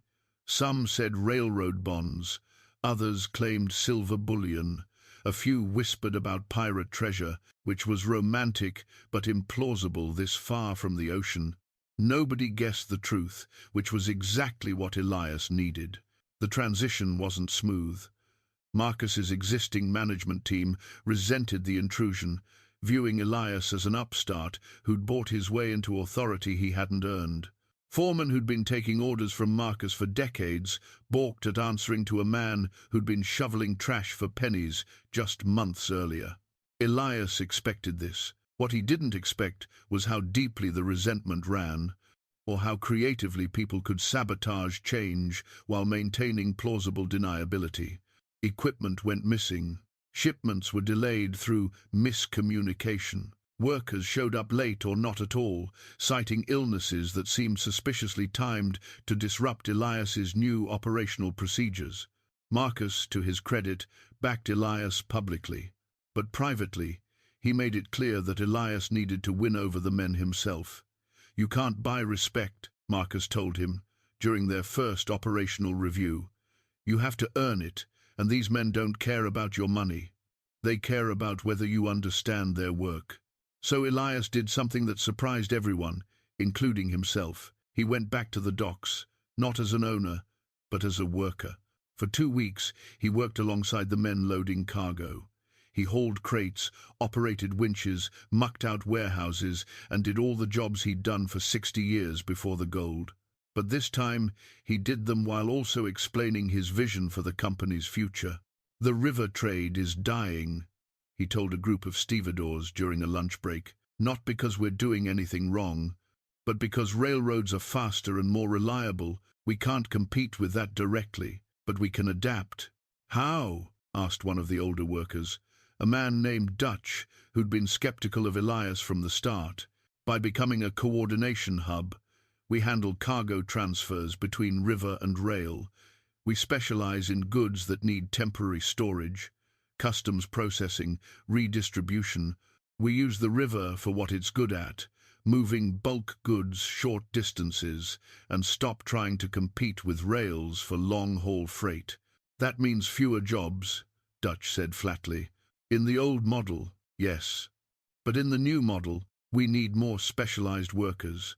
Inventory clerks, logistics coordinators, people who can read complex shipping manifests and optimize cargo routes."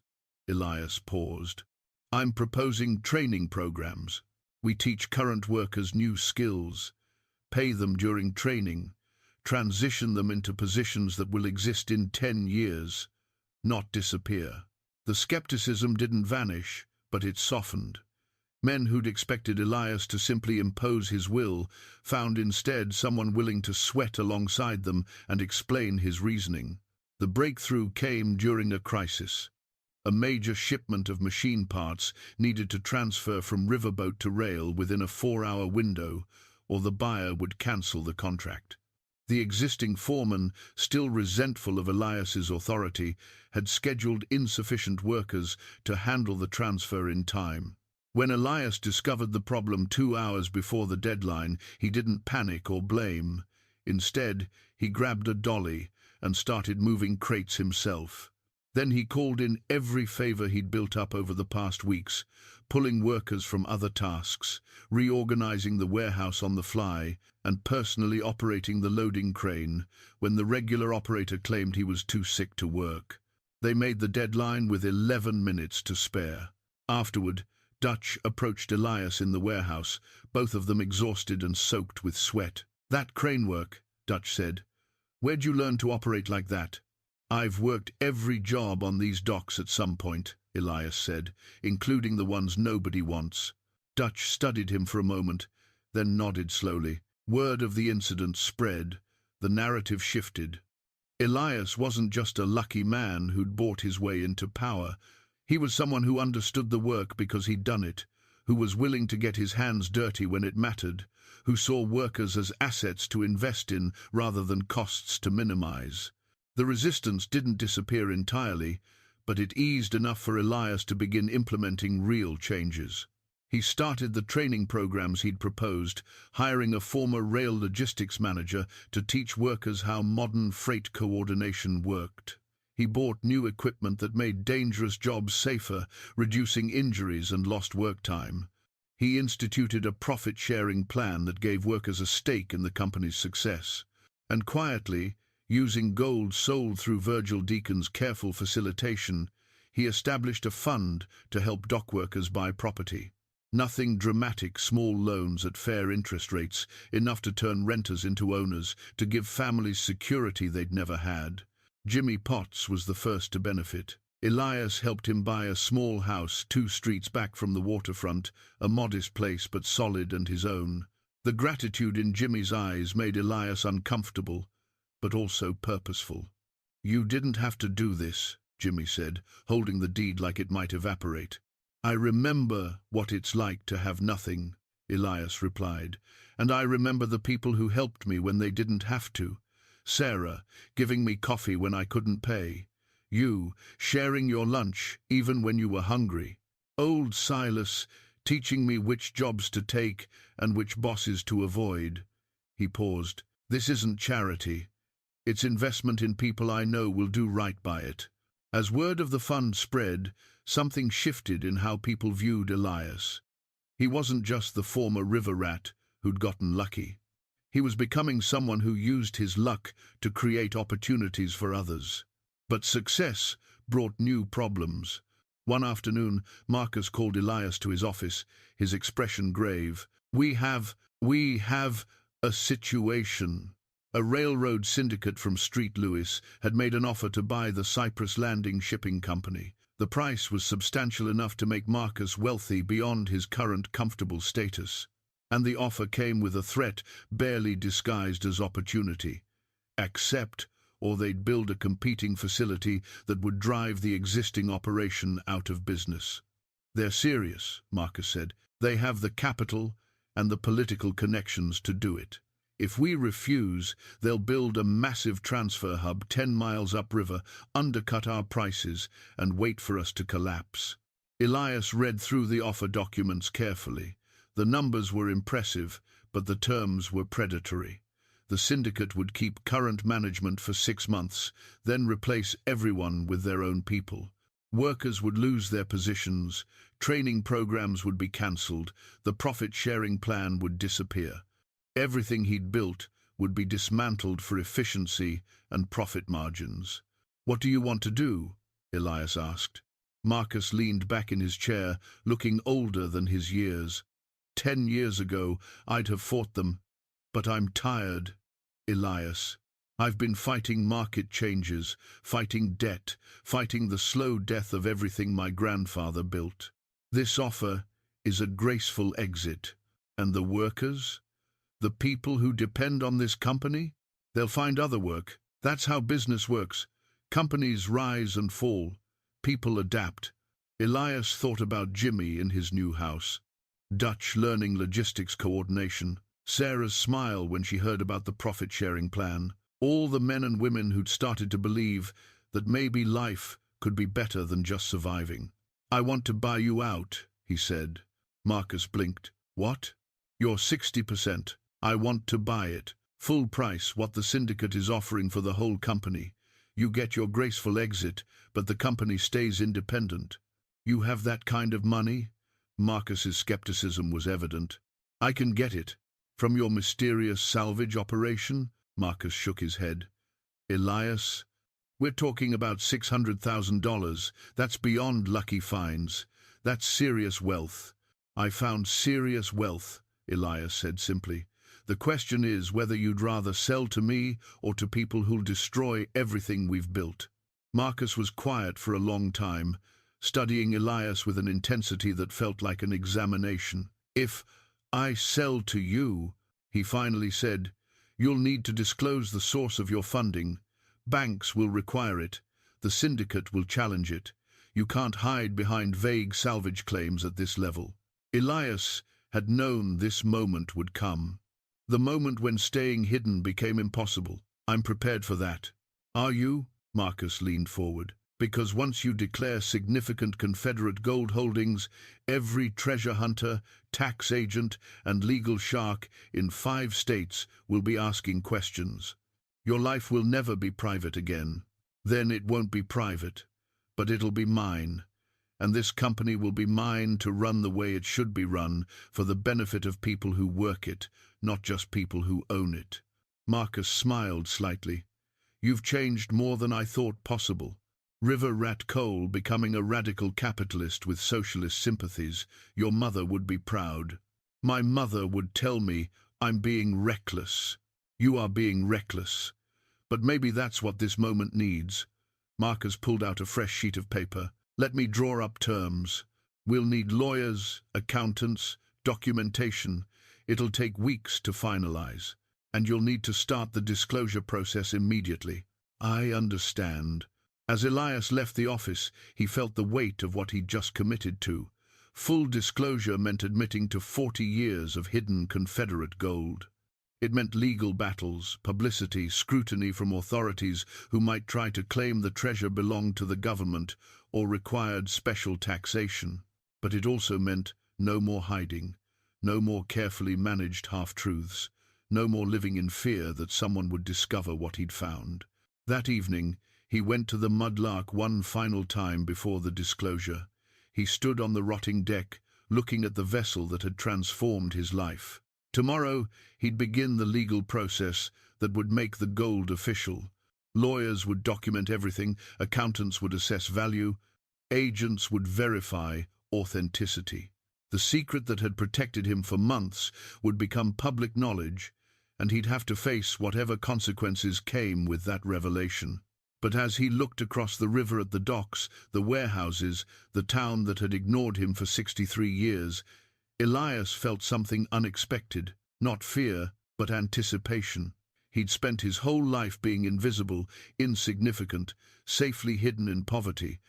Now he was choosing to be seen, to matter, to use his wealth not just for himself, but for the people and place that had shaped him. It was terrifying and exhilarating in equal measure, and it was exactly what his life had been building toward, even when he didn't know it. Tomorrow, everything would change again, but this time, the change was his choice, made on his terms, for purposes bigger than his own comfort. He climbed down from the Mud-Lark and walked back toward town, ready for whatever came next. The disclosure process began on a cold December morning, with lawyers from Memphis filling Marcus's office. Elias had hired his own representation, a firm that specialized in historical property claims and complex estate matters. They came prepared with documentation, precedent cases, and a strategy designed to establish clear ownership before any challenges could take root. The lead attorney, a sharp-eyed woman named Catherine Morris, laid out the situation plainly. Confederate Treasury gold falls into a legal gray area, she explained. The Confederacy dissolved, so their claim is void. The Union never formally seized this specific cash, so federal claim is questionable. Your purchase of the vessel was legal and documented. The gold was discovered on property you owned. By any reasonable interpretation, it's yours. But, Elias prompted, hearing the unspoken qualification, but the amount changes everything. We're not talking about a few coins or bars. Based on your preliminary inventory, we're discussing approximately $8 million in current gold value. Catherine paused to let that sink in. That kind of wealth attracts attention. The federal government might argue the gold should be considered unclaimed treasury assets. Local authorities might want a percentage, and then there are the descendants of whoever originally hid it. They could claim hereditary rights. What do you recommend? We go public aggressively, file ownership claims in federal and state courts simultaneously, get ahead of the narrative. Show that you've been paying taxes on income derived from systematic gold sales, that you haven't been hiding assets, just managing them prudently. Catherine pulled out a thick folder. We've prepared a complete disclosure package. Financial records, sale documentation, the original bill of sale for the Mud-Lark, historical research on Confederate Treasury movements during the war's final weeks. The preparation was thorough, professional, and completely terrifying. Elias signed papers that would make his discovery public knowledge within 48 hours. There was no going back. The news broke on a Wednesday. The Memphis Appeal ran the story on the front page. Local man discovers Civil War fortune in derelict steamboat. By afternoon, journalists from 3 states had descended on Cypress Landing. By evening, the story had reached newspapers in New York and Chicago. Elias stayed in his shack. He decided not to move until the legal situation stabilized, and watched through his window as reporters gathered on the street. Some knocked on his door. He didn't answer. Catherine had advised him to say nothing until the legal filings were complete, and they had clear strategy for media engagement. But isolation didn't stop the speculation. Newspapers printed wild theories about how much gold there was, what it might be worth, whether Elias had any legal right to it. Editorial writers debated the ethics of keeping Confederate assets versus returning them to government custody. Treasure hunters began arriving in town, convinced there must be more gold hidden in other wrecks along the river. The pressure was intense and unrelenting. Elias felt it like a physical weight, the constant awareness that thousands of people now knew his name, his story, his sudden wealth. Privacy, which he'd had in abundance even when he had nothing else, became impossible. On the 4th day, the federal government filed a claim. Catherine had predicted this. She called Elias to her temporary office in the River House Hotel, spread out the government's filing, and walked him through it. They're arguing that Confederate Treasury assets should revert to the Union government as successor state. It's a weak argument. Legally, the precedent doesn't support it, but it's politically popular. Makes them look like they're protecting public interest. How long will the legal fight take?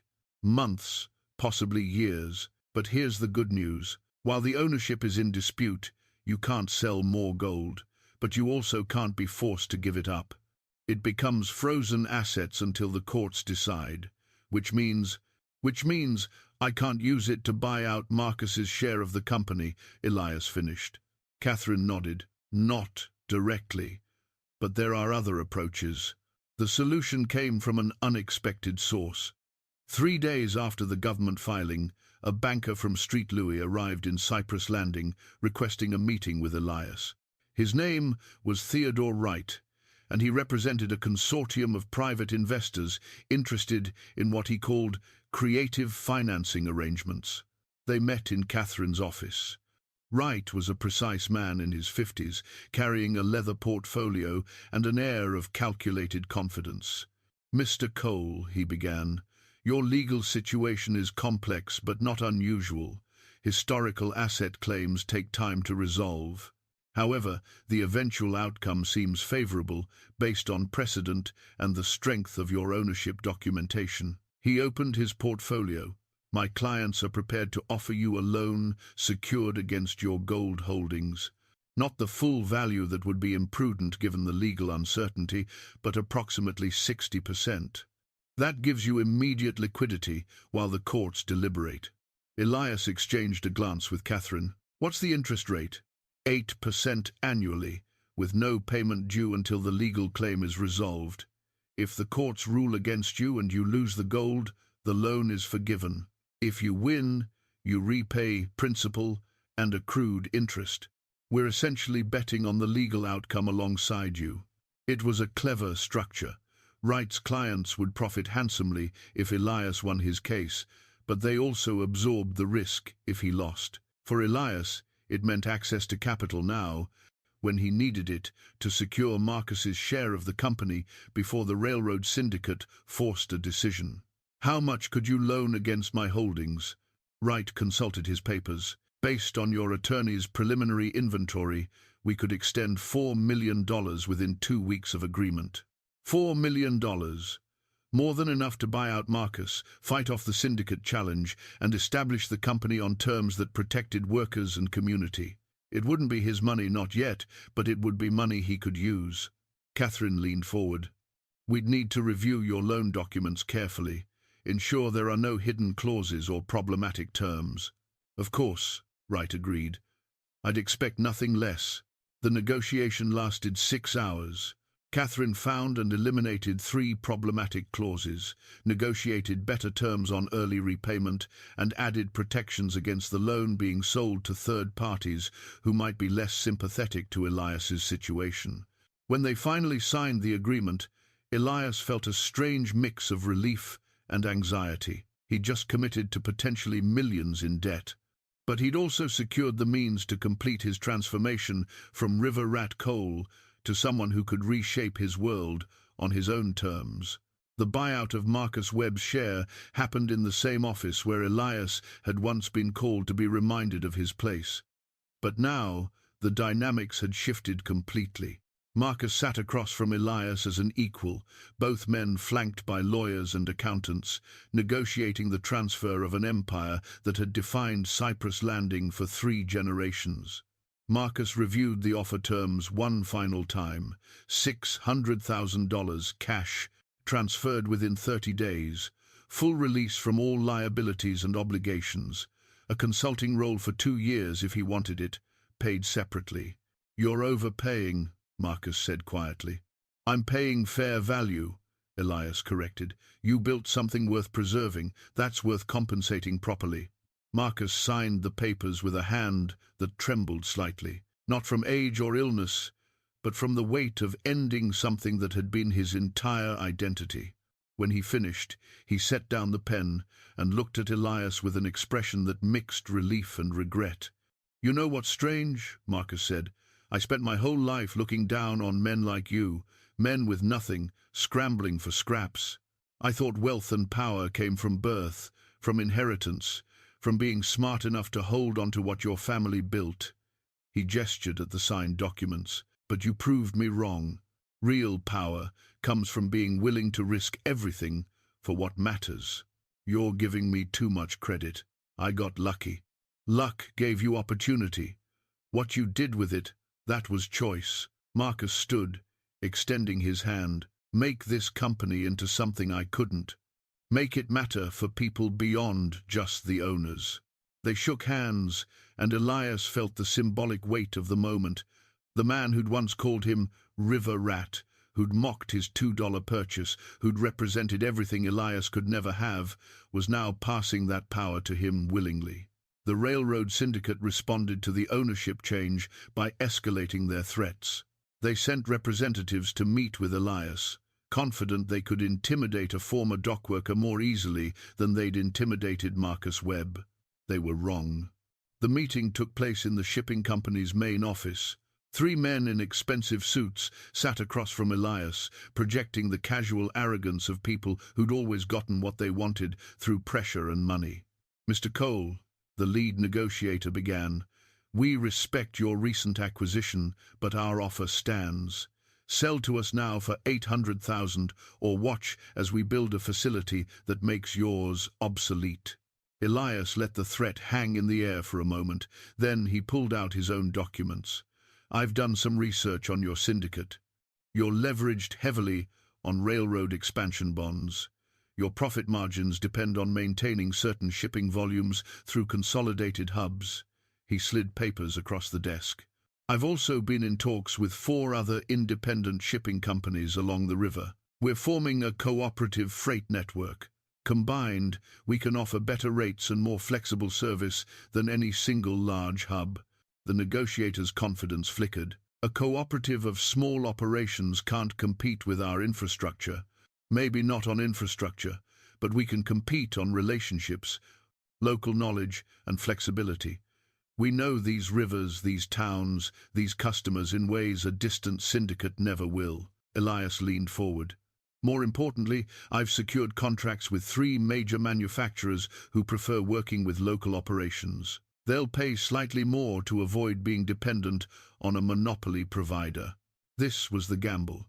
Elias had spent the past weeks using his newfound capital and credibility to build alliances, secure contracts, and create a network that could resist the syndicate's pressure. Not by matching their size, but by being different enough to matter. The negotiator studied the documents, his expression shifting from confidence to calculation. "You've been busy. I learned a long time ago that survival means adapting faster than circumstances change. The river trade might be dying, but coordination services are growing. Your syndicate wants to own that growth. I want to make sure it serves the people who built these waterways, not just the people who have the most money." The meeting ended without agreement, but also without threats. The syndicate representatives left promising to reconsider their approach, which Elias understood to mean they'd look for easier targets elsewhere.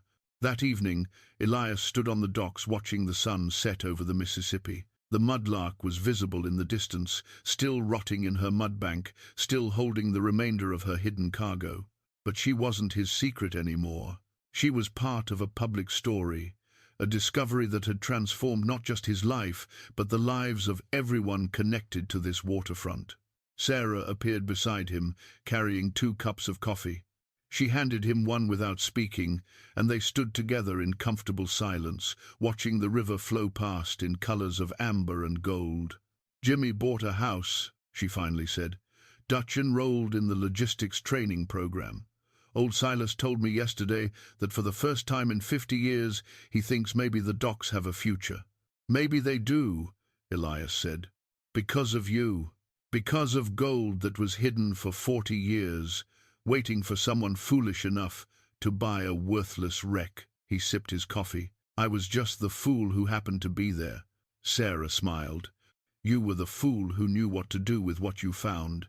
That's different than just being lucky." They stood together until full darkness fell, and the lamplights along the waterfront created a constellation of small glows against the night. Somewhere in the distance, a steamboat whistle sounded, lonely and evocative, a reminder of what this river had been and what it might yet become. Elias thought about his mother, about Father Sullivan's words regarding responsibility, about the long journey from invisibility to significance.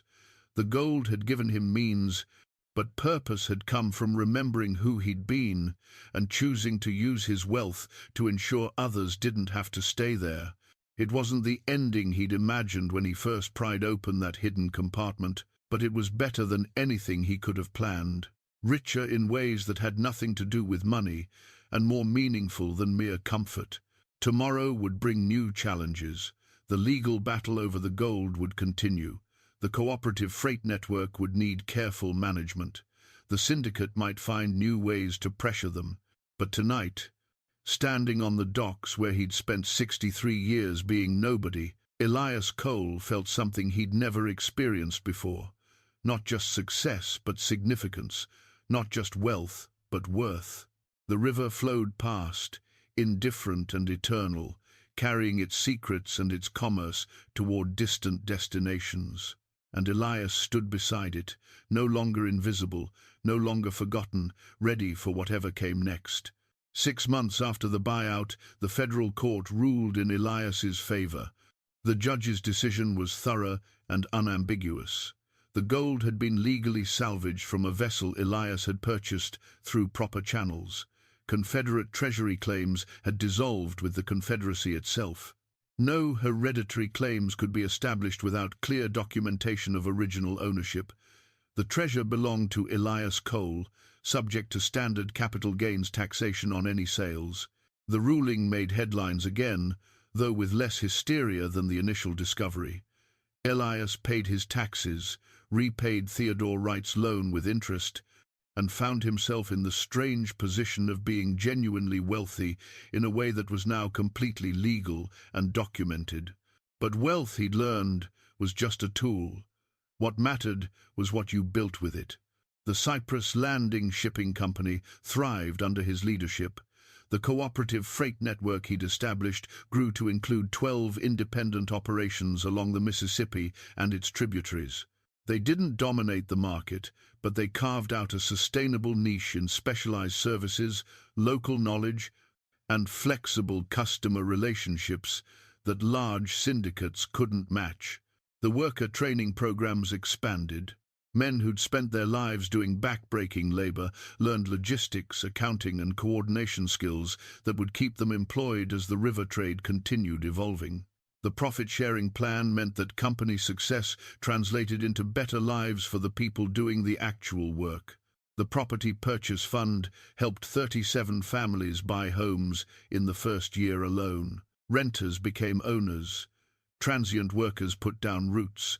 The waterfront community, which had been slowly dying, found new life. Elias moved out of his tar paper shack and into a modest house 3 streets back from the docks. Nothing ostentatious, he'd learned that real security came from community respect, not isolation behind walls. His neighbors were the same dock workers and shop owners who'd known him as River Rat. They still called him Elias, still stopped by for coffee and conversation, still treated him as one of them despite the wealth that separated them on paper. Sarah Brennan became a frequent visitor. Their relationship developed slowly, built on years of mutual respect and the kind of understanding that comes from surviving similar hardships. They never married, both were too old and set in their ways for that kind of formality, but they spent evenings together, sharing meals and conversation, and the comfortable companionship of people who didn't need to pretend to be anything other than what they were. Jimmy Potts took over management of the worker training program, bringing the same determination to teaching that he'd once brought to dock labor. His missing fingers became a teaching tool, a reminder of why learning safer, more sustainable skills mattered. Under his leadership, the program became a model that other companies studied and copied. Old Silas passed away in his sleep one autumn night, sitting on his favorite piling, watching the river he'd observed for 8 decades. Elias paid for the funeral and discovered that Silas had no living relatives, no estate, nothing but the clothes he wore and a pocket watch that had stopped working 20 years earlier. Elias had the watch repaired and kept it on his desk. A reminder that some people spent their whole lives watching the world change without ever having the means to change with it. Marcus Webb took his consulting role seriously for the contracted 2 years, then gradually withdrew to enjoy retirement with his family.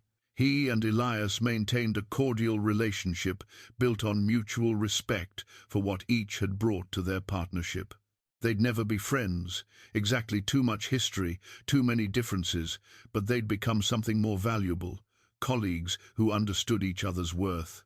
The Mud-Lark remained in her mudbank, gradually dissolving back into the landscape that had held her for so long. Elias had the remaining gold removed and properly vaulted, but he left the old steamboat where she lay. Some suggested salvaging her for historical preservation, but Elias refused. She'd served her purpose. Let her rest. Father Sullivan visited Elias regularly, never mentioning providence or responsibility directly, but always seeming satisfied when Elias shared news about the worker programs or the housing fund. The old priest died 2 years after the gold discovery, and Elias endowed a scholarship in his name for children of dockworkers seeking education beyond what the local schools could provide. The transformation of Cyprus Landing happened gradually enough that residents didn't fully notice until they looked back and compared where they were to where they'd been.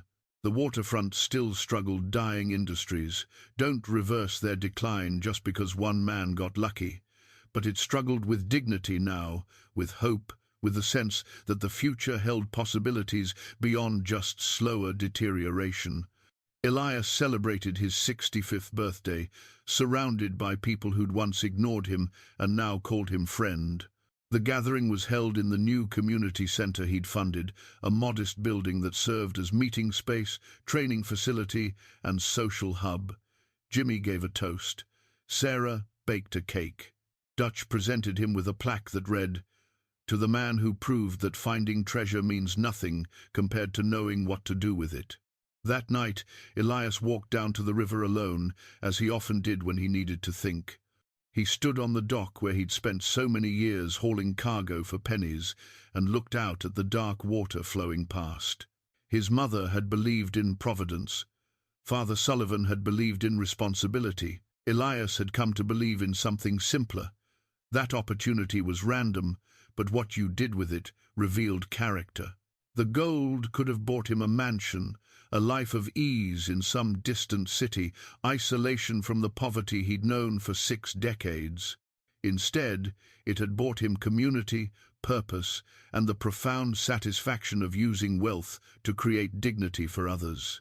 He thought about the younger version of himself who'd spent $2 on a rotting wreck because he was too stubborn to let Marcus Webb have the last word.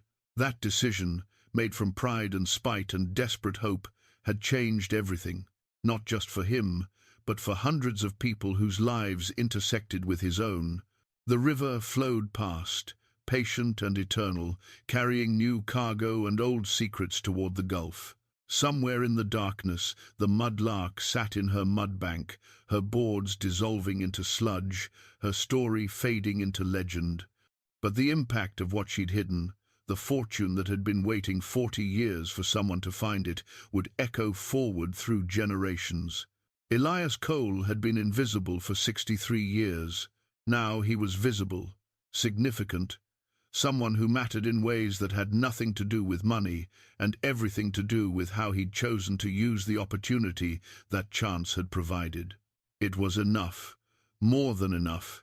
It was everything a man could hope for, not just to survive, but to matter, not just to escape poverty, but to lift others along the way. The river kept flowing. The stars wheeled overhead, and Elias stood on the docks where his story had begun, grateful for every hard year that had taught him what truly mattered when fortune finally arrived. Tomorrow would bring new challenges, new opportunities, new ways to serve the community that had shaped him. But tonight he simply stood and remembered and felt the deep satisfaction of a life transformed not just by wealth, but by the wisdom to use it well.